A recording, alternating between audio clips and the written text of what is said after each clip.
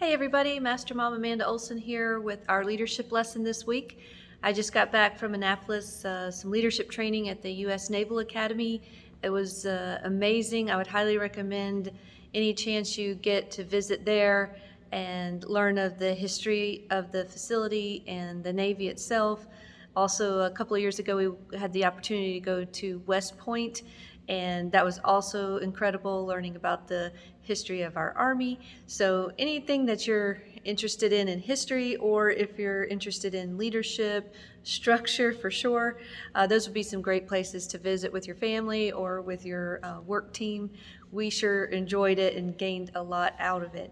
I want to continue on, though, with our lessons this month on bullying. And I'm taking from the Parenting Survival Guide book that I know most of you have. If not, please stop by the office and I'll get you a copy. But last week we talked about what is bullying, and then today I would like to talk about, and this week with the kids, what if your child is being bullied, and some ways to tell. So some tips here for the parents. First of all, when somebody is bullied or picked on, there's a lot of shame that can go with that, embarrassment.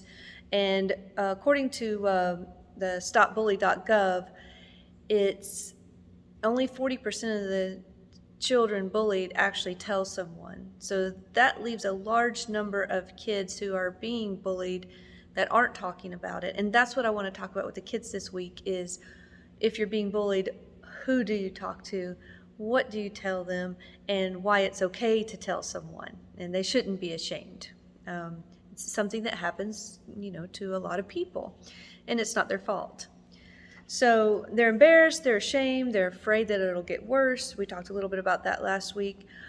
And they may even believe that they deserve it. They start thinking, well, I am weird, or I am strange, or I am weak, or I am ugly, or I am stupid. They keep hearing that so much, and they can start thinking that those things are true. So that's why they don't really tell. So a couple of things to look for if your child's behavior is changing and you're trying to figure out what's going on. Is it just the normal, they're trying new things as they get older, or is something going on a little bit more severe, such as a bullying situation? So some things to look for: they no longer want to participate in activities they used to. They complain, cry, act scared about going to new places, or even places that they've gone to often, and all of a sudden they don't want to go. They complain about having a headache or a stomach ache frequently, trying to make up some excuse why they can't go, whether it's to school or to soccer practice or anywhere where kids congregate. Their grades begin to slip. They lack friendships. They don't have a lot of friends. And they begin having trouble eating or sleeping. So any type of change like that is something you want to pay attention to. And I'm not talking like, okay, on Saturday they just didn't eat that much, so maybe they're being bullied. No, it's more of a, over the course of a couple of weeks, you notice that they've really either are overeating or undereating, not being able to sleep for many days in a row. Something might be going on like that. Teens no longer wish to participate in social events, or they don't want to get on their social media. You find them, they don't want to look at their phone. That's probably a pretty big red flag.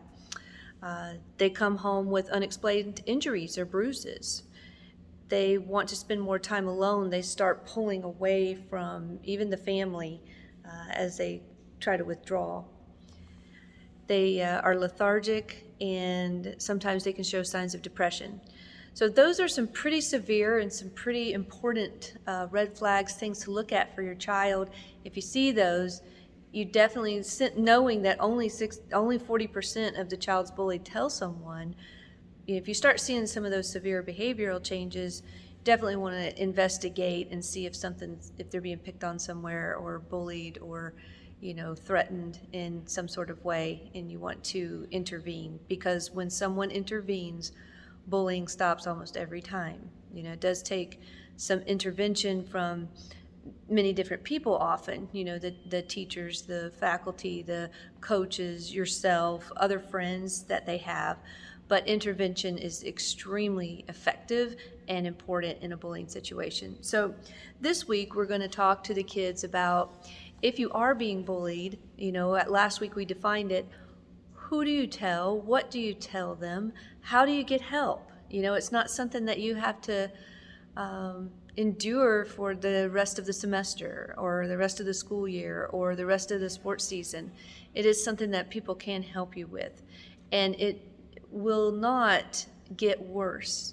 If we talk to the right people and we get the right help, the bullying should stop. It should not get worse. And I know that's something that a lot of kids are afraid of telling.